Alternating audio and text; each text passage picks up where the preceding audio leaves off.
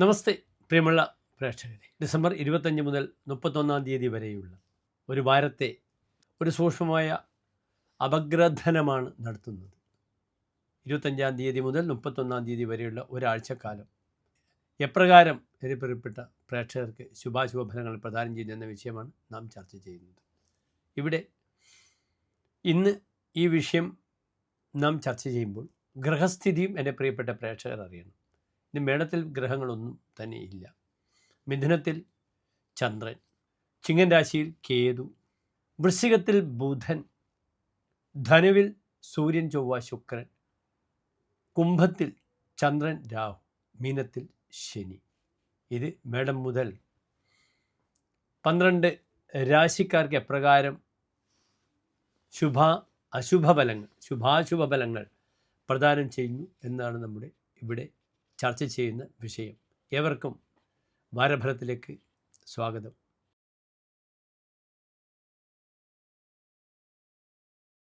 ഇവിടെ ഇടവൻ രാശിയിൽ പ്രത്യേകിച്ച് ഗ്രഹങ്ങളൊന്നുമില്ല.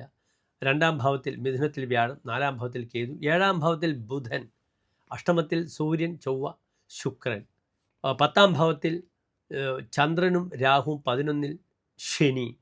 ഇവിടെ ഇടവൻ രാശിക്കാർക്ക് പ്രായം ഈ ഒരു വാരമൊക്കെ നല്ല നന്മകളെ പ്രദാനം ചെയ്യും. ഇവിടെ ശുക്രൻ അഷ്ടമത്തിൽ നിൽക്കുന്നു. അതിനാൽ പലപ്പോഴും സ്നേഹത്തിലൂടെ സൗഹൃദത്തിലൂടെ വരുന്ന ദുഃഖങ്ങൾ ശ്രദ്ധിക്കണം. അനാവശ്യമായി സ്ത്രീ സൗഹൃദങ്ങൾ തനിക്ക് വലിയ പാരകളാകും എന്ന് പ്രത്യേകം അറിയുക. ശുക്രൻ എട്ടിൽ വരുമ്പോൾ സ്ത്രീജനങ്ങൾ കാരണം ദുഃഖം വരുമെന്നാണ്. സ്ത്രീജനകത വസനാപായ ലക്ഷ്മി വിയോഗാഹ ശോകസ്നേഹാത്. സ്നേഹത്തിലൂടെ ദുഃഖം വരും. താൻ സ്നേഹിച്ചവർ തനിക്ക് പാലം പണിയും. പലപ്പോഴും തെറ്റിദ്ധാരണകൾ ഫാമിലി ലൈഫിൽ വളരെയധികം വരും. അതിന് പ്രധാനപ്പെട്ട ഒരു കാരണം പുരുഷനായാലും സ്ത്രീ ആയാലും അവർക്കുണ്ടാകുന്ന ചില പുറത്തുള്ള സൗഹൃദങ്ങളാണ്. അത് ദാമ്പത്യത്തെ വളരെയധികം ബാധിക്കും. പലപ്പോഴും ദാമ്പത്യത്തിലൊരു ഹീറാമുട്ടിയായി ജാരൻ അല്ലെങ്കിൽ ജാര കയറി വരുന്ന വാരമാണിത്. അറിയാതെ ഒരു പ്രഷർ വന്ന് പെട്ടെന്ന് അതുവരെ വളരെ മാന്യമായി ജീവിച്ച പുരുഷൻ അല്ലെങ്കിൽ സ്ത്രീ അവർക്ക് പെട്ടെന്ന് ചില സ്നേഹബന്ധങ്ങൾ ഉടലെടുക്കാം. പഴയ ക്ലാസ്മേറ്റ്സൊക്കെ ഇപ്പോൾ കൊട്ടിഘോഷിച്ച് നടക്കപ്പെടുന്ന ഒരു സമയമാണ്. മനുഷ്യനെ നശിപ്പിക്കാനായി, സ്വസ്ഥത താർക്കാനായിട്ടാണ് പഴയ ക്ലാസ്മേറ്റ്സുകളുടെ കൂട്ടായ്മ, ഒന്നിച്ചുള്ള യാത്ര, അതിലൂടെ പഴയ പ്രണയങ്ങളൊക്കെ പറയും. എനിക്കതിന് അന്ന് വലിയ ഇഷ്ടമായിരുന്നു, അന്ന് ഭയമായിരുന്നു എന്നൊക്കെ പറഞ്ഞ് അത് പ്രണയത്തിലേക്ക് അറിയാതെ സൗഹൃദം വരിക.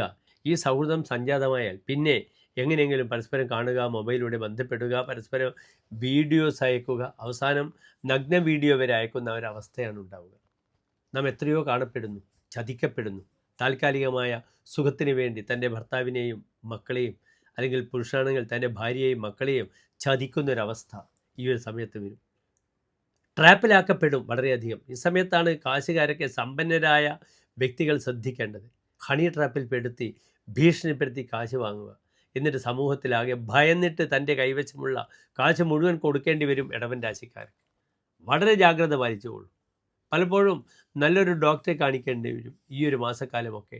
ഈ ശാരീരികമായി അങ്ങേയറ്റം ഫിസിക്കലി ഫിറ്റാവാത്തൊരവസ്ഥ വരും, പ്രത്യേകിച്ച് സെക്സ് വിഷയത്തിൽ. ഈ നപുംസകഗ്രഹമായ ബുധൻ 7-ാം ഭാവത്തിൽ നിൽക്കുമ്പോൾ സെക്സ് വിഷയത്തിലൊക്കെ പരിക്ഷീണം അനുഭവപ്പെടും, ശാരീരിക ഫിസിക്കൽ റിലേഷനിൽ. അപ്പോൾ പറ്റുന്നൊരു ഡോക്ടറെ അടുത്തൊക്കെ കാണിക്കണമെന്നൊരു അവസ്ഥയൊക്കെ വരും. ആത്മവിശ്വാസം സെക്സിൽ നഷ്ടപ്പെടാൻ പാടില്ലാത്ത വാരമാണിതെന്നറിയുക. അതിനാൽ സെക്സ് വിഷയത്തിലുള്ള ശ്രദ്ധിക്കണം.